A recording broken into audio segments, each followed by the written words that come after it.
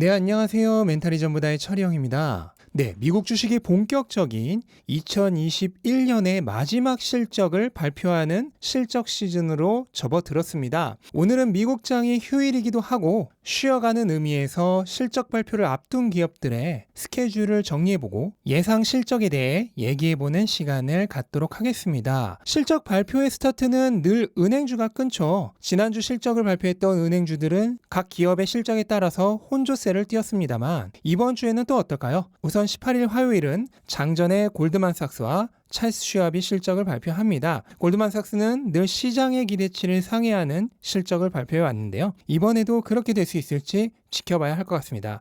그리고 19일은 실적 발표하는 기업들이 꽤 많은데요. 우선 장전에 주요 금융주라 할 수 있는 뱅크 오브 아메리카와 모건 스탠리가 실적을 발표할 예정이고, 또한 미국의 가장 큰 가치주들이라고 할 수 있는 유나이티드 헬스그룹과 프록터앤갬블이 실적 발표를 합니다. 프록터앤갬블은 늘 시장 기대치에 부합하는 실적을 발표해 왔습니다. 제품들이 어느 정도 납품되는지만 들여다봐도 실적을 추적하기가 쉬운 기업이라 그렇겠죠. 이번에도 마찬가지가 아닐까 생각이 되고요. 주가는 이미 호실적을 예상하고 최고 가격 수준을 이어나가고 있습니다. 19일 장마감 후에는 유나이티드 에어라인, 그리고 20일 장 전에는 아메리칸 에어라인, 이 두 개의 주요 미국 항공사가 실적 발표를 합니다.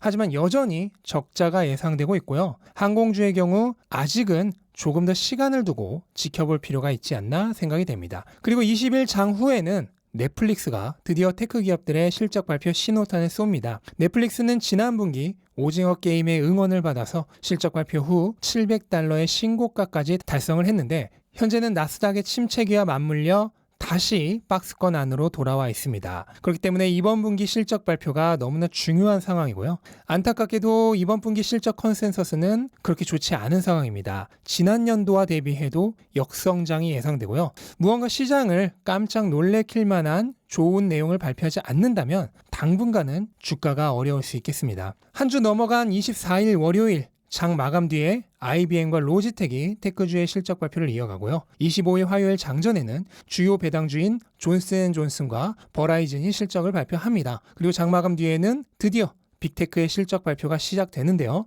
스타트는 마이크로소프트가 끊을 예정입니다. 마이크로소프트는 실적이 가장 꾸준히 상승하고 있는 빅테크 중 하나인데요. 이번 분기 역시 전년 대비해서는 물론이거니와 바로 직전 분기보다도 실적이 좋을 것으로 기대가 되고 있습니다. 그에 따라 주가 역시 아름다운 우상향을 하고 있고요. 다만 최근에는 나스닥의 침체와 함께 너무 많이 오른 주식으로 지목되면서 고점 대비 10%가 조금 넘는 조정을 받고 있습니다. 하지만 좋은 주식이 조정을 받을 때가 오히려 기회가 되는 경우가 더 많죠. 그리고 1월 26일은 장 마감 후 드디어 모두의 기대를 한몸에 받고 있는 테슬라가 실적 발표를 합니다. 지난 4분기에 30만 대가 넘는 엄청난 인도량을 달성해버린 테슬라는 이번에 압도적인 실적이 기대가 됩니다. 하지만 인도량이 이미 밝혀진 상황에서 실적이 좋을 것은 이미 시장이 다 알고 있는 사실이고요. 중요한 건 얼마나 높은 수익성을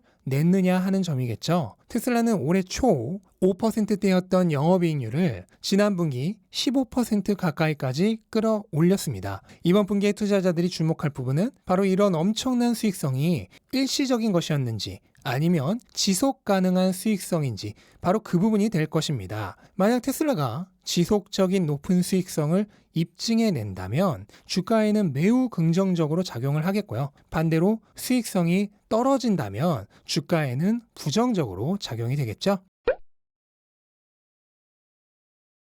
이어서 27일 목요일 장 마감 후에는 미국 1위이자 세계 1위 기업 애플의 실적 발표가 예정되어 있습니다. 애플의 이번 실적 발표에서 투자자들이 가장 궁금해하는 내용은 공급망 부족 형상으로 인해 우려되었던 아이폰의 생산 차질을 극복해내고 예상보다 높은 판매량을 기록했는가 하는 점입니다. 모건 스탠리는 이미 그렇게 될 거라 예상을 하고 목표 주가를 올린 바 있습니다. 주가 역시도 최근에 기술주 회피 심리가 강해지는 와중에도 애플은 굉장히 견고한 모습을 보였는데요. 그만큼 실적에 대한 시장의 기대도 높은 상황이라고 할 수 있겠습니다. 달을 넘겨 2월 1일 화요일에는 장 마감 후 구글의 모회사 알파벳이 실적 발표를 합니다. 구글은 매출의 대부분이 광고 수입인 기업이죠. 경기가 팬데믹으로부터 회복하면서 기업들의 광고 수요가 많아졌고 그에 따라 자연스럽게 구글의 실적도 개선이 되고 있습니다. 이번 분기 역시 역대 최고 실적이 기대되고 있는 상황이고요. 2일 수요일 장마감 후에는 전 페이스북 메타가 실적을 발표합니다. 메타는 구글보다도 광고 수익의 비중이 더 큰 회사죠. 덕분에 구글과 마찬가지로 기본적인 실적은 좋을 것으로 예상이 됩니다만 메타의 경우 향후 메타버스 기업으로의 전환을 선언하고 관련된 인력 확충 등에 엄청난 투자를 하고 있습니다. 하지만 이 투자들은 단기간에 성과를 내기는 어려운 투자들이죠. 덕분에 현재 메타의 주가도 그리 좋지만은 않은 상황입니다. 그렇기 때문에 메타에게 있어 이번 실적 발표는 매우 중요한 이벤트가 될 예정인데요. 회사의 메타버스에 대한 투자와 비전이 얼마나 훌륭하고 또 수익성이 있는 사업인지를 투자자들에게 설득력 있게 보여줄 필요가 있습니다. 메타의 실적 발표 이후 주가는 바로 메타의 이러한 설명이 얼마나 설득력을 가지고 있느냐에 달려있다고 볼 수 있겠습니다. 자, 이렇게 주요 기업들의 실적 발표 일정을 알아봤는데요.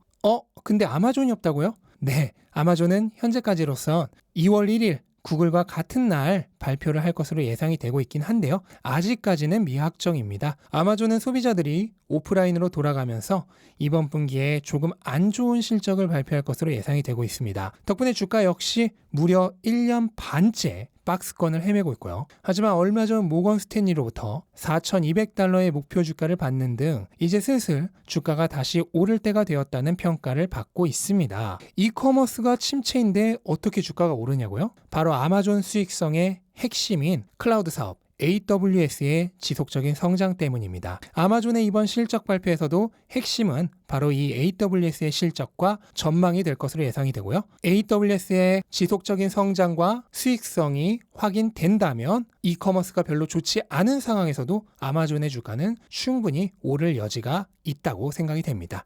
그 외에 2월 중순 이후로는 엔비디아나 블록 같은 다른 주요 기술주들이 실적 발표를 할 예정인데요. 아직까지는 구체적인 일정이 정해지지 않았습니다. 네, 이렇게 미국의 주요 기업들의 실적 발표 일정에 대해서 한번 훑어봤고요.